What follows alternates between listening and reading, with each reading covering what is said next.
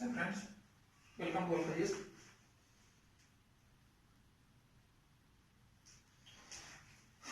तो आज हिस्ट्री का जो है पढ़ेंगे ग्रामपंथी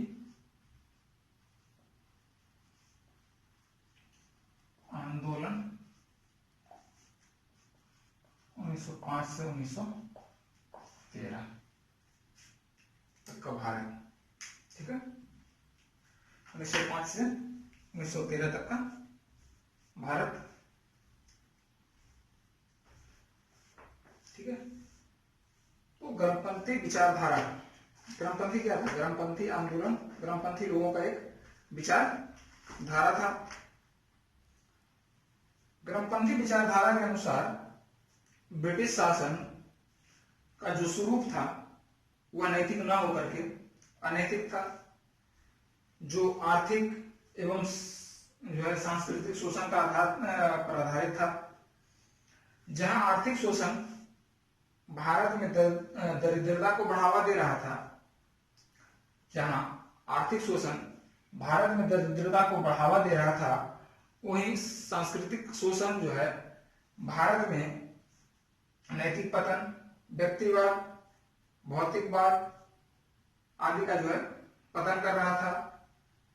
भारतीय संस्कृति में पश्चिमी या पाश्चात्य सैनिक संस्कृति का समावेशन कर रहा था, जिसके कारण जो है नैतिकता का पतन होते जा रहा था। यहाँ तक कि जो है ग्रामपंथियों के अनुसार जो भारत में अंग्रेजी पढ़ने वाले थे वो सिर्फ नौकरी के लिए अंग्रेजी पढ़ते थे, नौकरी के लिए अंग्रेजी की शिक्षा ग्रहण करते थे, और वे मानते थे कि पश्चिमी चीज या पश्चिमी शिक्षा, पश्चिमी लोग भारतीयों से बेहतर है, उन्हीं की तरह नकल करते थे और जो है उन्हीं के अनुसार उन्हीं की तरह अपना चाल चलन संस्कृति अपनाते थे। लोग भारतीय संस्कृति को हेय दृष्टि से देखने लगे थे, भारतीयों को हेय दृष्टि से देखने लगे थे। जैसा आज भी है कि अगर आप अंग्रेजी ना बोलो तो आपकी शिक्षा का कोई महत्व ही नहीं रह जाता। ये लोगों में अवधारणा फैली हुई है। भारत का जो संस्कृति है उसका कोई जो है अस्तित्व ही नहीं रह गया। अगर आप जो है अंग्रेजी आज के युग में, आज के समय में भी 2020 में, ये तो बात कर रहे हैं 1905 से 1913 के बाद, भारत के बाद, बट अगर 100 साल के बाद, 115 साल के बाद जो है अगर भारत की बात करें तो भी भारत में पाश्चात्य शैली का या पाश्चात्य संस्कृति का इतना ज्यादा समावेशन हो चुका है, इतना ज्यादा अस्तित्व में आ चुका है, इतना ज्यादा घुस चुका है भारतीय संस्कृति में कि जो आज के समाज में भी अंग्रेजी को या पाश्चात्य शैली को ही सबसे बेहतर समझते हैं। भारतीय संस्कृति, भारतीय शैली को ये जो है बेकार या हेय दृष्टि से देखते हैं। जैसे समाज में अगर जो है हिंदी की बात करें, हिंदी अगर कोई बोल रहा है, उसे अंग्रेजी नहीं पता, तो उसे समाज में हेय दृष्टि से देखा जाता है। उसी प्रकार जो है 1905 से 1913 में भी जो था ग्रामपंथी विचारधारा के अनुसार वो उस समय भी जो लोग अंग्रेजी पढ़ते थे और वो अपने आप को जो है अंग्रेजी समझने लगे थे, भारतीय संस्कृति को जो है नकारते थे, भारतीय संस्कृति शैली को हेय दृष्टि से देखते थे। तो ये आदि जो है, ये सब विचारधारा जो है ग्रामपंथियों के अनुसार, ये सब विचारधारा भारतीयों को, भारतीय युवा को जो है मानसिक गुलामी की ओर ले जाता था। और ग्रामपंथी जो चाहते थे भारतीय युवा, जो उस समय का भारतीय युवा था, युवा वर्ग, वो मानसिक गुलामी से मुक्ति मिले तभी यह साम्राज्यवाद का विरोध कर पाएगा, नहीं तो साम्राज्यवाद का विरोध नहीं कर पाएगा। ठीक है, तो ये जो है विचारधारा था ग्रामपंथियों का। उसके बाद जो है अगर बात करें कि विचारधारा आया कहां से, इसका उदय की बात करें तो इसका से बहुत सारे कारण हैं। पहला अगर कारण पे आएंगे तो राष्ट्रीय कारक के रूप में राष्ट्रीय कारक देखेंगे कि राष्ट्रीय कारक क्या हो सकता है। ठीक है, राष्ट्रीय कारक हो सकता है 1885 में 1885 में कांग्रेस की स्थापना किसने की थी? एओ ह्यूम क्या था? अंग्रेज था। गवर्नर जनरल कौन था? लॉर्ड डफरिन था। ठीक है, सहयोग किसका मिला? डफरिन का सहयोग मिला, यानी डफरिन के सहयोग से, लॉर्ड डफरिन के सहयोग से 1885 में कांग्रेस की स्थापना एओ ह्यूम ने किया। कांग्रेस की स्थापना का मुख्य श्रेय था कि 1857 की क्रांति, 1857 की क्रांति के जैसा कोई अन्य क्रांति न पैदा हो, इसीलिए एओ ह्यूम के जो है एओ ह्यूम ने 1885 में क्या किया? भारतीय राष्ट्रीय कांग्रेस की स्थापना कर दी। भारतीय राष्ट्रीय कांग्रेस का जो है स्थापना के बाद इसका जो था पूरा 1885 से 1905 तक जो है पूरा नरमपंथी था। 1905 में जो कांग्रेस का विभाजन हुआ, कांग्रेस का विभाजन, अधिवेशन कौन सा था? सूरत अधिवेशन, रास बिहारी बोस क्या थे? अध्यक्ष थे। ठीक है, इंपॉर्टेंट है, लिख लीजिएगा वनडे एग्जाम के लिए भी। तो 18 इसका जो है कांग्रेस का ये नीति था, ये नीति स्पष्ट रूप से था कि जो है हम किसी चीज को अंग्रेजों से मनवाने के लिए प्रार्थना और प्रस्ताव को ही दे सकते थे। प्रार्थना और प्रस्ताव, प्रार्थना को ऐसे स्वीकार कर सकता था या प्रस्ताव को, ऐसा कोई इनके दबाव बना के हम किसी चीज को मनवा ले, ऐसा नहीं होगा। इससे क्या होगा? नरमपंथी इसके तरफ था और धर्मपंथी विचारधारा के जो थे, कहीं नहीं, ऐसा थोड़ी हो सकता है, नहीं हो सकता। अगर हमें चाहिए कोई चीज तो मनवा दूसरे तरीके से भी मनवा सकते हैं। नरमपंथी आंदोलन के जो है नेता कौन कौन थे? गोखले, उस समय जो थे गोखले थे।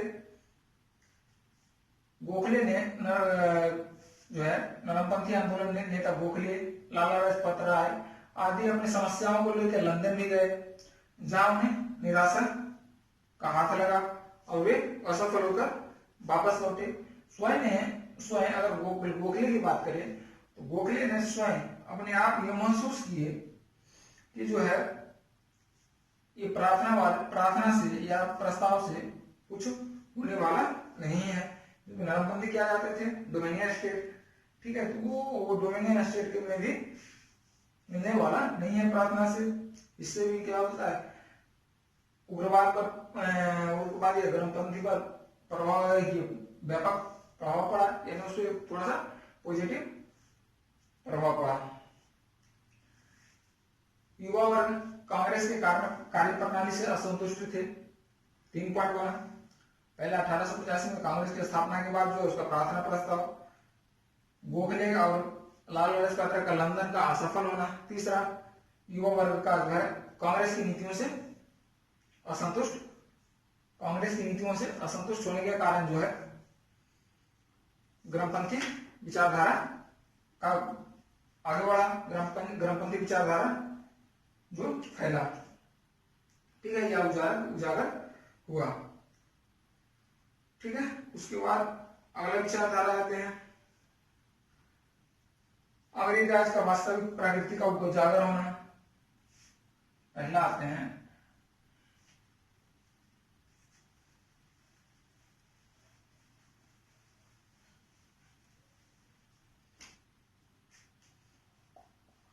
अंग्रेजी राज्य का वास्तविक विचार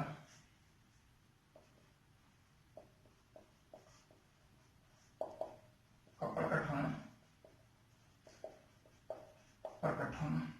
ठीक है, इससे क्या है? वास्तविक विचार। दादा भाई नौरोजी और आरसी दत्ता ने 1901 में दादा भाई नौरोजी एक किताब लिखे थे, नौरोजी और एक 1901 में आया था।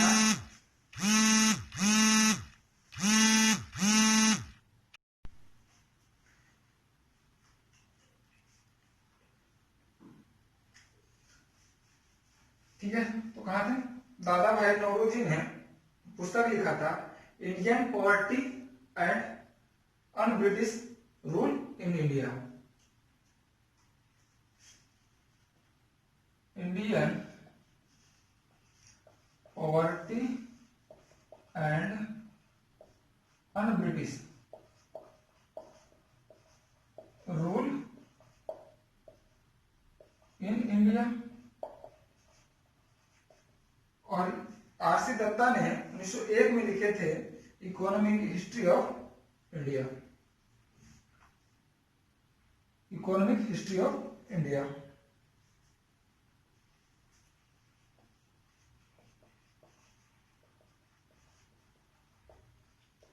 Economic history of India. ठीक है, राइट। तो इन दोनों जो है, इन दोनों ने एक ही तथ्य को उजागर किया। इन दोनों पुस्तक ने इन दोनों पुस्तक के माध्यम से इन दोनों नेताओं ने एक ही चीज का उजागर किया कि भारत में अंग्रेजों का मंशा जो है, अंग्रेजों का मंशा यही है कि भारत में आर्थिक शोषण को बढ़ावा दिया जाए, आर्थिक शोषण कर दिया जाए। ठीक है, और इन दोनों पुस्तक के माध्यम से इन दोनों नेताओं ने जो है श्वेत व्यक्ति के भार का धज्जिया उठाया। श्वेत व्यक्ति को जो है शोषक कहा, यानी अंग्रेजों को शोषक कहा।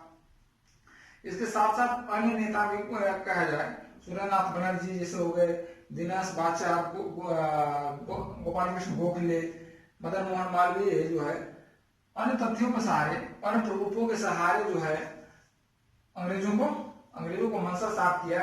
यह इसका जो सिर्फ मंशा है भारत का शोषण करना, भारत में आर्थिक शोषण करना, गरीबों को बढ़ावा देना।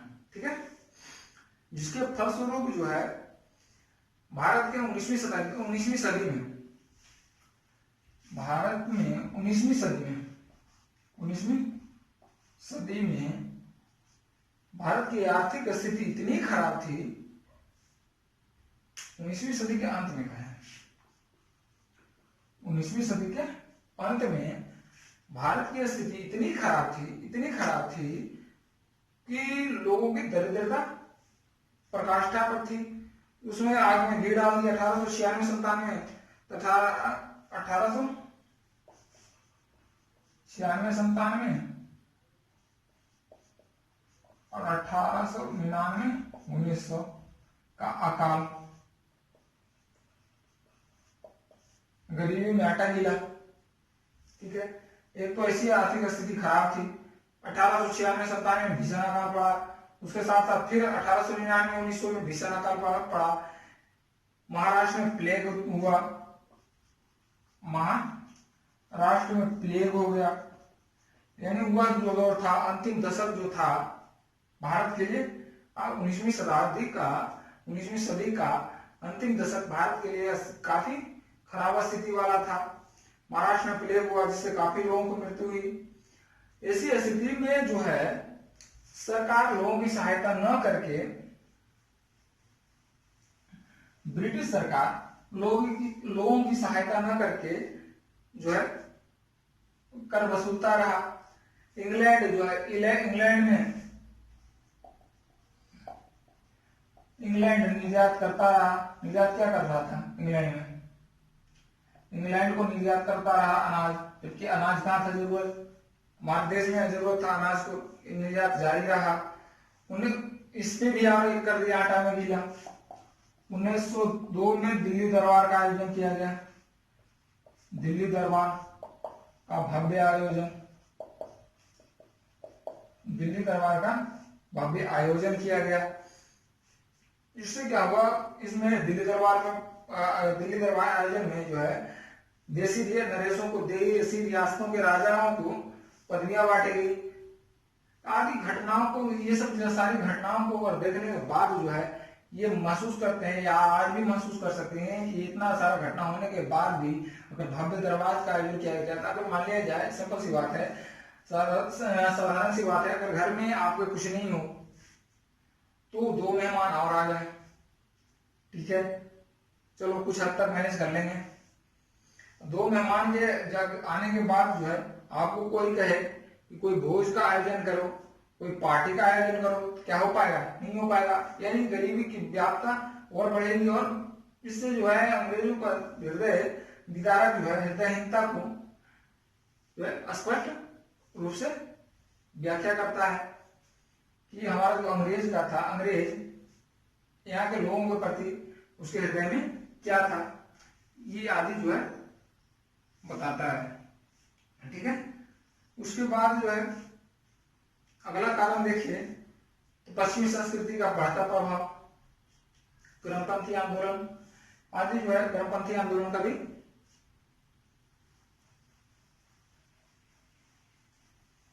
अगला कारक अगर देखें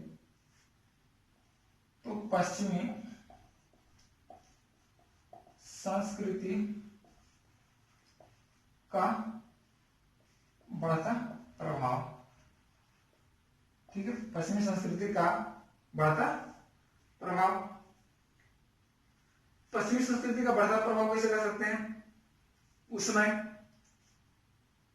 19वीं सदी में स्टार्ट हो गया था, पहले 50 में लॉर्ड मैकाले द्वारा अंग्रेज शिक्षा का प्रचलन हो गया था। उससे फायदा अंग्रेजों को होता था कि लोग जनसंपर्क या कर वसूली में जो है आसानी होता था।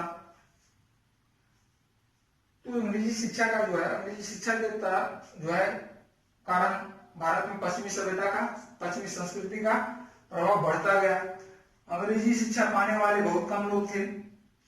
ये अंग्रेजी साहित्य में निहित जनतांत्रिक एवं राष्ट्रीय चिंतन के मूल्यों को आत्मघात समझते थे।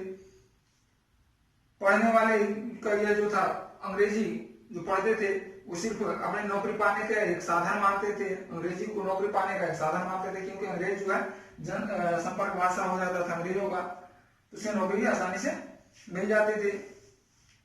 इस वर्ग ने अंग्रेजी, जो वर्ग अंग्रेजी पढ़ता था वह वर्ग अंग्रेजी भाषा के साथ साथ अंग्रेजी शैली को भी अपनाया। जब अंग्रेजी शैली अपनाने का बाद जो है एक स्वाभाविक परिणाम बनता है, उस समय की भारतीय संस्कृति उनको हे लगने लगा, उनको खराब लगने लगा। तो वो क्या होता, वह युवा वर्ग, वह पीढ़ी जो भारतीय थे और अंग्रेजी शिक्षा के कारण या अंग्रेजी शिक्षा के फलस्वरूप वो पश्चिमी सभ्यता को अपना लिए, पश्चिमी सभ्यता को अपनाने के साथ साथ पश्चिमी शैली को अपनाए और भारतीय संस्कृति को दृष्टि से देखने लगे, भारतीयों के साथ जो है दुर्व्यवहार करने लगे, ठीक है। तो अंग्रेजी ये जो है गर्मपंथी लोगों को ये बढ़ावा, ये गर्मपंथी लोगों को बढ़ावा मिला। इसके कारण भी आपस में ही सद्भाव की भावना खत्म हो गया था। तो वस्तुतः जो है हम इस वर्ग को ये कह सकते हैं कि राजनीतिक गुलामी के साथ साथ वह पश्चिमी संस्कृति, उस वर्ग को राजनीतिक गुलामी के साथ साथ पश्चिमी संस्कृति की गुलामी में भी जकड़ रखा था। साधारण शब्दों में कह सकते हैं कि जो है ऐसे वर्ग को राजनीतिक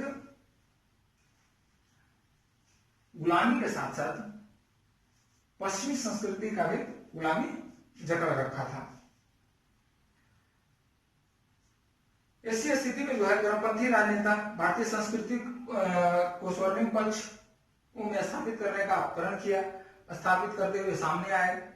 बंकिम चंद्र चटर्जी जैसे हो गए, बंकिम चंद्र चटर्जी हो गए, विवेकानंद, दयानंद सरस्वती आदि जो है वैचारिक पृष्ठभूमि प्रदान किया। जैसे बंकिम चंद्र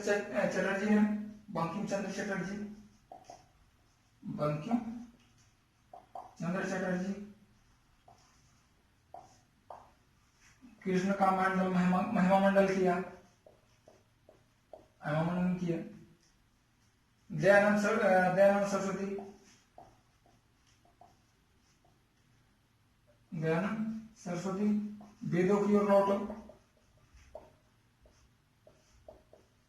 वेदों की ओर लौटो, वेदों के वास्तविक अर्थ को समझाया। उसके बाद विवेकानंद,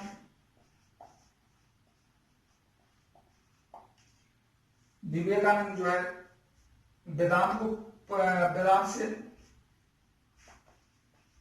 वेदांत से पश्चिमी सभ्यता को हैरान कर दिए। उसमें और कौन थे? बीजी तिलक,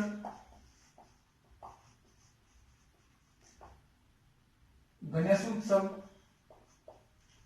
महाराष्ट्र में, और शिवाजी उत्सव आरंभ करवाए।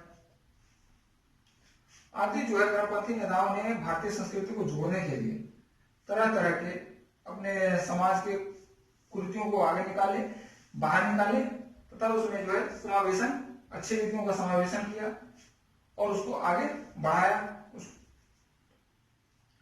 ठीक है। दयानंद सरस्वती को कहा जाता है कि दयानंद सरस्वती ने अपने वैदिक विचारों को इतना लाए कि संस्कृति को सामने लेकर आए, तब जो है भारतीय संस्कृति को इतना श्रेष्ठ करने के स्थापित किया कि भारतीय वेदों को इतना श्रेष्ठ करने की कोशिश किया कि जब भारतीय वेदों की प्रकाष्ठा पर था, संस्कृति प्रकाष्ठा पर थी, तो उस समय जो है पश्चिमी सभ्यता अंधकार के गड्ढे में डूबा हुआ था। ठीक है। अर्थात जब हम भारतीय वेद लिख रहे थे तब तक पश्चिमी सभ्यता जो है एक आदि मानव की सभ्यता का जिंदगी जी रहा था। ठीक है। उसके बाद आता है शिक्षा का विकास। गर्मपंथी, अब हवा में बात करना ही तो उचित नहीं है, गर्मपंथी आंदोलन के मार्ग भी काट दिए। इसके लिए जनचेतना की जरूरत है, जनसंपर्क का भी जरूरत है। तो गर्मपंथी नेताओं के विचारधारा से शिक्षा का भी विकास हुआ। शिक्षा का विकास गर्मपंथी नेताओं का ही विचारधारा था। इसमें जो है शिक्षा के विकास से जो है अधिक प्रसार से शिक्षा का, जब गर्मपंथी नेता शिक्षा का प्रसार करने लगे, प्रचार करने लगे, तो इससे जो है अधिक से अधिक लोग शिक्षित हुए, जिसमें जन सामान्य भी थे। तो आज भी कहा जाता है कि अगर समाज को जीतना है तो आप शिक्षा को अग्रसरित करो। तो वही नीति का जो है हमारे गर्मपंथी लोग पालन किए और शिक्षा का अधिक से अधिक प्रचार किए। इसके तहत जो है इसी के तहत हमारा खोला गया मदन मोहन मालवीय 1916 में बीएचयू की स्थापना की। इसी के तहत जो भी भारत का वो यूनिवर्सिटियों विश्वविद्यालय में महत्वपूर्ण स्थान रखता है। दूसरा बात, शिक्षा का विकास से जरा अंग्रेज भी कर रहा था, अंग्रेजी शिक्षा का तो विकास हो गया। तो प्रारंभ में बताए थे कि जब अंग्रेजी शिक्षा का प्रचार हुआ था, अंग्रेजी शिक्षा का विकास हो रहा था, लॉर्ड मैकाले के द्वारा अंग्रेजी शिक्षा का प्रचलन के बाद व्यापक रूप से अंग्रेजी शिक्षा का विकास हुआ। लोग अंग्रेजी शिक्षा को किसका नौकरी पाने का एक साधन मानते थे, नौकरी पाने का एक साधन मानते थे। लेकिन अंग्रेजी शिक्षा पाने वाले लोग धीरे धीरे इतने हो गए कि लोगों को नौकरी मिलना मुश्किल हो गया, अर्थात जो है नौकरी मिलना कम हो गया।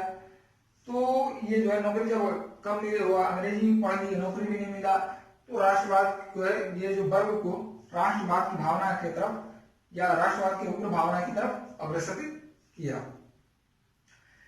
इसके बाद जो 1905 में जो हमारा था वायसराय, कौन था? 1905 में वायसराय था लॉर्ड कर्जन। लॉर्ड कर्जन, ठीक है। 1905 में लॉर्ड कर्जन वायसराय था। उस समय जो है भारतीय विश्वविद्यालय अधिनियम बनाया गया, कलकत्ता कॉरपोरेशन अधिनियम बनाया गया, गोपनीयता अधिनियम बनाया गया। आदि कारणों से इसके जो है गोपनीयता अधिनियम,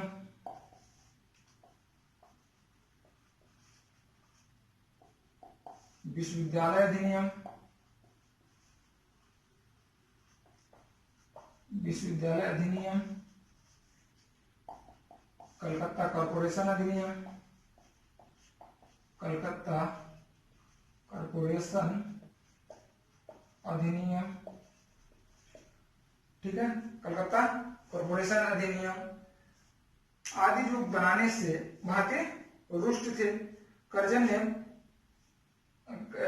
का जो नीति था, इस नीतियों के तहत भारतीयों को अधिक से अधिक उच्च शिक्षा से वंचित करना, उच्च शिक्षा से वंचित करना, गोपनीयता, कोई भारतीयों को अलग रखना, इससे कलकत्ता कॉरपोरेशन में पूरा अंग्रेज का अंग्रेज शामिल करना, ठीक है। तो इससे भारतीय रुष्ट थे।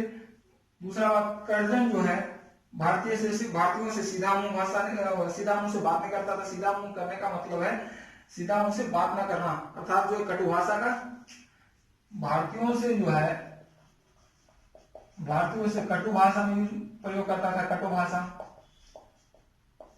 यानी भारतीयों से रुष्ट भाषा यानी अनऑफिशियल लैंग्वेज यूज करता था।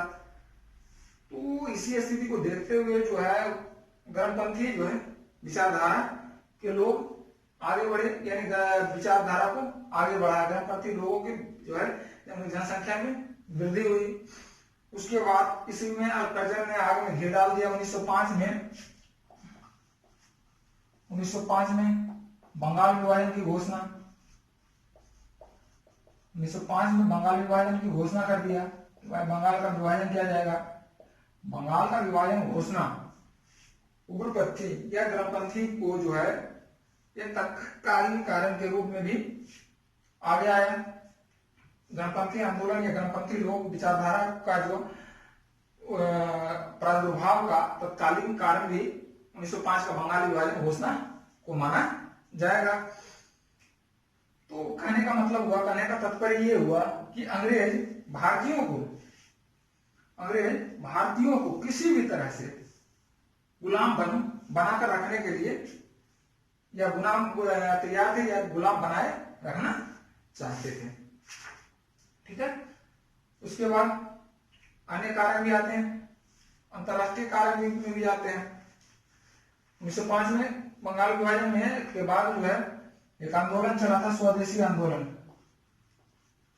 स्वदेशी आंदोलन तो आगे एक चैप्टर होगा, बहुत इंपॉर्टेंट, स्वदेशी आंदोलन, जिसमें कपड़ों की होली जलाई गई थी। अभी बहुत कारण था, बहिष्कार हुआ था। बहिष्कार का जो है प्रारंभ यहीं से हुआ था, स्वदेशी आंदोलन से। गांधी जी का भी प्रादुर्भाव नहीं हुआ था, गांधी जी अभी राजनीति में नहीं आए थे, ठीक है। भारतीय राजनीति में नहीं आए थे गांधी जी। गांधी जी राजनीति में आ गए थे कहाँ? साउथ अफ्रीका में, ठीक है। अंतरराष्ट्रीय कार्य में गए तो अंतरराष्ट्रीय गांधी जी के अंतरराष्ट्रीय में गांधी जी कहाँ थे? साउथ अफ्रीका में समय थे। गांधी जी साउथ अफ्रीका में थे। साउथ अफ्रीका में भारतीयों पर अत्याचार किस पर हो रहा था? भारतीयों पर अत्याचार हो रहा था। इसको बताया किसने? गांधी जी ने बताया। गांधी जी बताया तो वहां क्या किए? वहां सत्याग्रह किए, ठीक है। तो क्वेश्चन आता है, गांधी जी ने सत्याग्रह नामक अस्त्र का प्रयोग पहली बार कहाँ किए थे? तो साउथ अफ्रीका में, ठीक है। भारत में चंपारण आंदोलन के तहत 1917 में, ठीक है। तो इसलिए जो है भारतीयों पर अत्याचार हो रहा था। जहां गांधी जी के सत्याग्रह आंदोलन था, उससे भी लोगों को प्रेरणा मिली। और भी सत्याग्रह के बाद जो है बहुत सारे कानून को हटाने में जो है भारतवासी जो है बहुत सारे कानून को हटाने में कामयाब भी हुए थे। इससे विचार स्पष्ट हो गया कि इसके बिना जो है संघर्ष के बिना कुछ नहीं हो सकता। अगर संघर्ष किया जाए तो कुछ भी असंभव नहीं है। 1868 में जापान का उदय हो गया। 1868 में जापान का उदय हो गया। इसने स्पष्ट कर दिया, जापान का उदय जो 1868 में जापान का उदय यह स्पष्ट करता है कि हम अपने अगर संघर्ष करें, अब अपने शक्तियों को बटोर करके संघर्ष करें तो हमारा उदय संभव है। और जो है और बिना पश्चिमी सभ्यता का इसका उदय जो हुआ था, बिना पश्चिमी सभ्यता का, बिना पश्चिमी सभ्यता का प्रभाव से, जिसमें बिना पश्चिमी सभ्यता का विकास, बिना पश्चिमी सभ्यता का यानी पश्चिमी सभ्यता का बिना भी हमारा विकास हो सकता है, हमारा उदय हो सकता है, हम आगे बढ़ सकते हैं। और पहले जो था प्राचीन काल में, ये 19वीं शताब्दी में ये विचारधारा बन गया था कि बिना पश्चिमी सभ्यता का, बिना पश्चिमी सभ्यता का जो है विकास संभव ही नहीं है। बिना पश्चिमी सभ्यता का विकास संभव ही नहीं है। लेकिन 1868 में जापान का जो है उदय, ये इस बात को पूर्णतः खंडित कर दिया कि पश्चिमी सभ्यता के बिना विकास संभव नहीं है। ठीक है। 1905 में एक और घटना हुई। क्या हुई? जापान ने, जिससे प्रेरित हुआ ग्रामपंथी, 1955 में जापान ने रूस को हरा दिया। जापान ने रूस को हरा दिया। अब जापान ने रूस को हरा दिया तो इस बात से यह स्पष्ट करता है, इस बात से ये जो है संदेश मिलता है किसको? ग्रामपंथी को, कि जो है इतना छोटा कंट्री इतने बड़े कंट्री को हरा सकता है, तो हम अंग्रेजों को बाहर क्यों नहीं निकाल सकते हैं? या अंग्रेज या अवधारणा बनी हुई थी 19वीं सदी में, यह अवधारणा बनी हुई थी कि अंग्रेज लोग अजेय होते हैं, उनको कोई पराजय नहीं कर सकता है। तो इस अवधारणा को 1905 में जब जापान ने रूस को हराया तो इस अवधारणा का खंडन हुआ। ठीक है। इससे जो है इसके विचारधारा पर, ग्रामपंथी के विचारधारा पर बल पड़ा। यानी ग्रामपंथी विचारधारा वाले लोग इससे प्रेरित हुए कि अगर जापान रूस को हरा सकता है तो हम ब्रिटेन को बाहर क्यों नहीं निकाल सकते हैं। इसके अलावा अवसीनिया जो एक पिछड़ा अफ्रीकी देश था, अफ्रीकी देश नहीं कह सकते, पिछड़ा अफ्रीकी देश था अवसीनिया जो था पिछड़ा अफ्रीकी देश था, पिछड़ा अफ्रीकी देश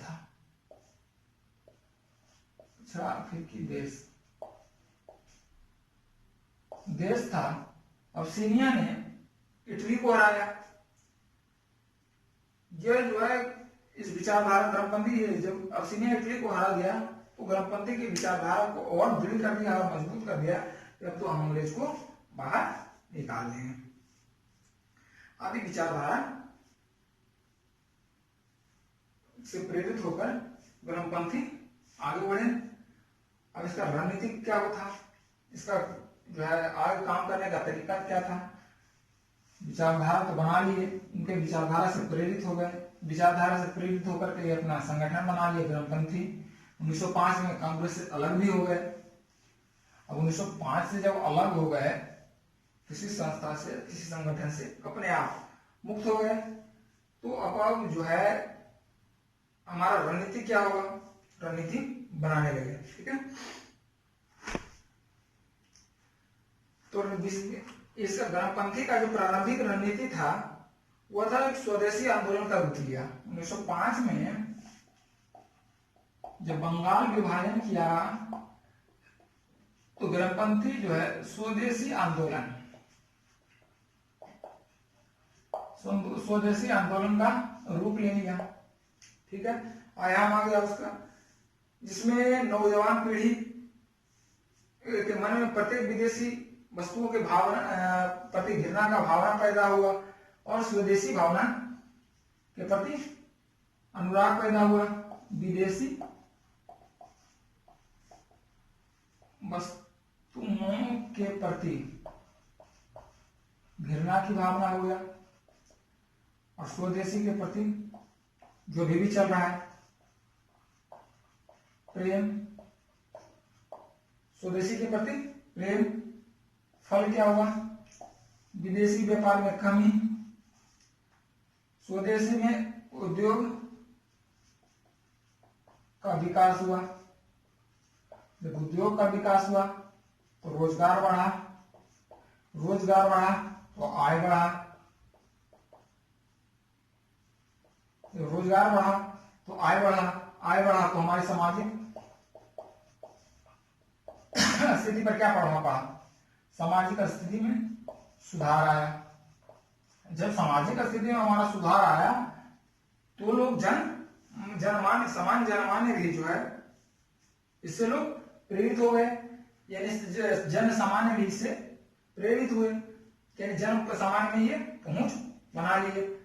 यदि हमारा स्थिति कहाँ था? अपनी स्थिति, अपनी आर्थिक स्थिति को सुधार करना। ठीक है, जब अपनी आर्थिक स्थिति को सुधार करेंगे तभी तो हम किसी आंदोलन को आगे बढ़ाएंगे। जब हमारा आर्थिक स्थिति सही नहीं होगा तो हम करेंगे नहीं, कर सकते हैं।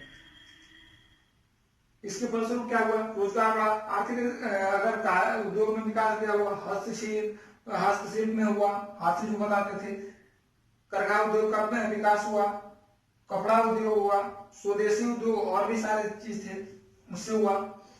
स्वदेशी शिक्षा का विकास हुआ, स्वदेशी आंदोलन का स्वदेशी शिक्षा का विकास हुआ। लोग जगह जगह जो है स्कूल खोलने लगे।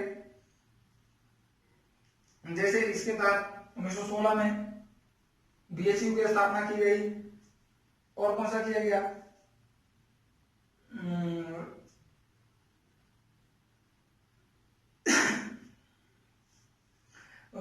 इसे रामकृष्ण मिशन की स्थापना की गई। उसके बाद इसी के नाम किया गया था, जो कि पहले किया गया था लेकिन व्यापक रूप से इसी को माना जाता है।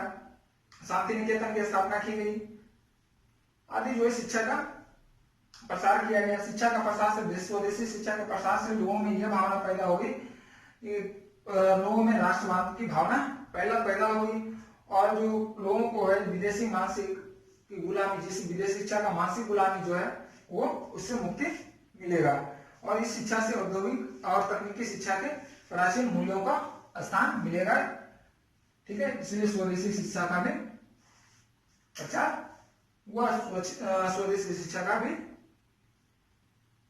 व्यापक तौर से अपनाया गया। ठीक है, स्वदेशी के तौर पर अगर कहा जाए तो राजनीतिक पक्ष में तो बीजी तिलक ने, अगर राजनीतिक पक्ष में कहा जाए स्वदेशी आंदोलन का, तो बीजी तिलक, बाल गंगाधर तिलक ने कहा स्वराज मेरा जन्मसिद्ध अधिकार है और मैं इसे लेकर रहूंगा, जो काफी प्रचलित हुआ था। इसके अलावा स्वदेशी जो धार्मिक और सांस्कृतिक पक्ष में भी था, जिसके तहत जनजीवन के में छाई निराशा को आगे बढ़ाया, निराशा की भावना को जो है दूर करने के लिए, दूर कर राष्ट्रीय भाव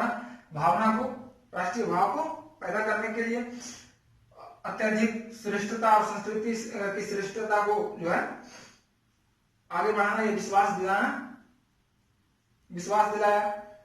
जिसके फलस्वरूप कौन सा हुआ? काली पूजा, गणेश पूजा तथा शिवाजी उत्सव आदि का जो उदय हुआ, जिससे हमारे जो है संस्कृति में या संस्कृति की श्रेष्ठता को मान्यता मिली, यानी उसके प्रभाव को प्रभाव को स्थापित करने में बल मिला। ठीक है, उसके बाद अगर कहा जाए तो इसी के तहत जब हमारा जो है इसमें जनसाधारण अभी बताए थे, जब हमें स्वदेशी अपनाए तो रोजगार में पैदा हुआ, रोजगार में वृद्धि हुआ। जब रोजगार में वृद्धि हुआ तो हमारी आर्थिक स्थिति सुधरी, आर्थिक स्थिति सुधरी तो इसमें क्या हुआ, जनसाधारण में भी, जनसाधारण लोगों से भी जुड़ाव हो गया। जनसाधारण लोगों से जुड़ाव हो गया। जनसाधारण लोग किससे जुड़ेंगे, जब जो उसकी आर्थिक स्थिति को मजबूत करेगा, लोग उसी से जुड़ेंगे। उसके बाद जो है इसी में लाला लाजपत राय ने कहे थे, आह्वान किया था लाला लाजपत राय, लाला लाजपत राय गर्मपंथी से थे।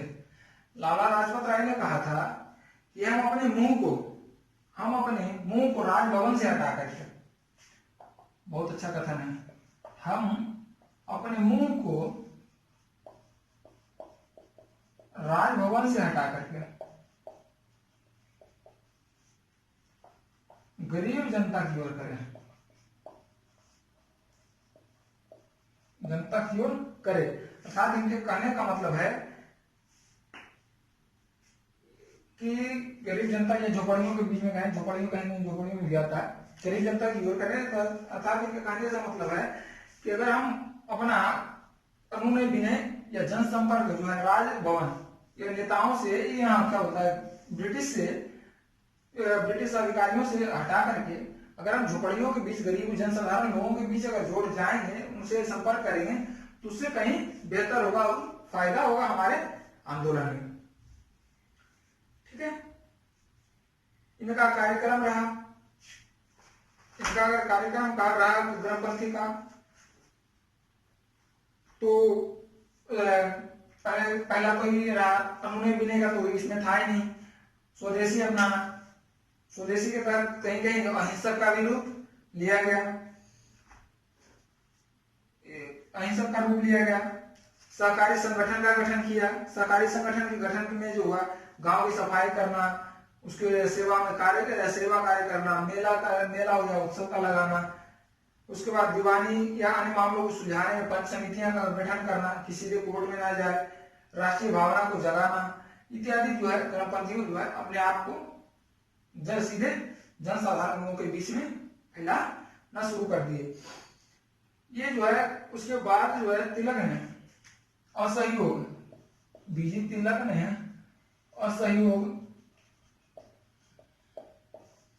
असहयोग का जो सुझाव दिया था। उन्होंने कहा था कि आप स्वयं ही इस प्रशासनिक मिशनरी को जो अपने बल से चलने देते हैं। अगर आप दलित और तिरस्कृत हैं, तो भी आप अपनी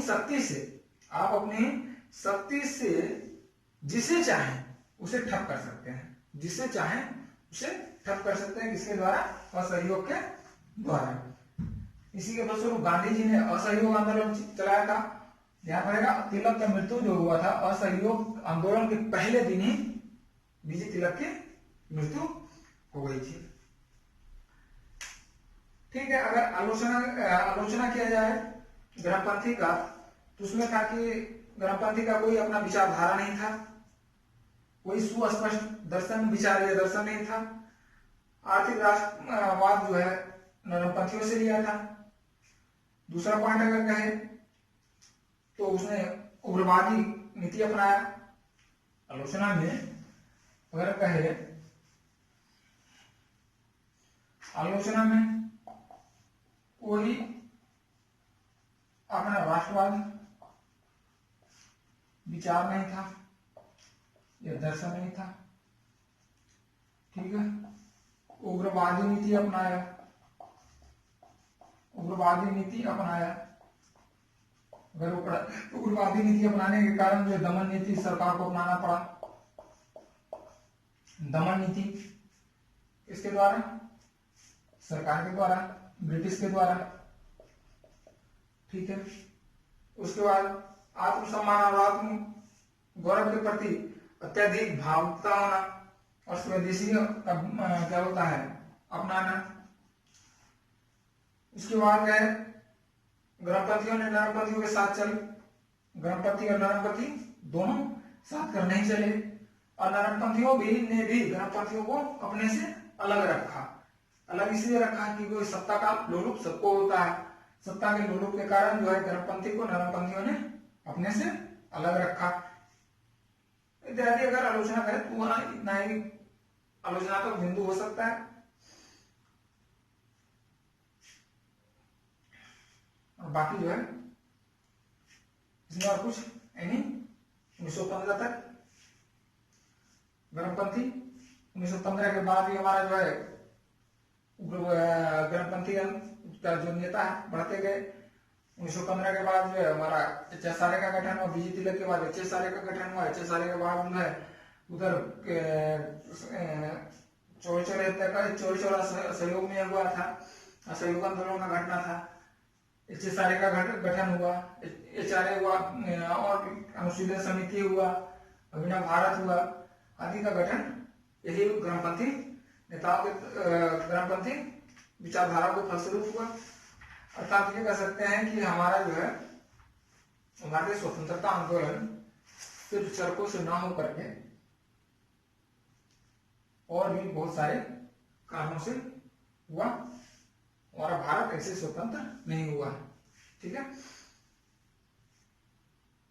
तो नेक्स्ट क्लास में आगे पढ़ेंगे।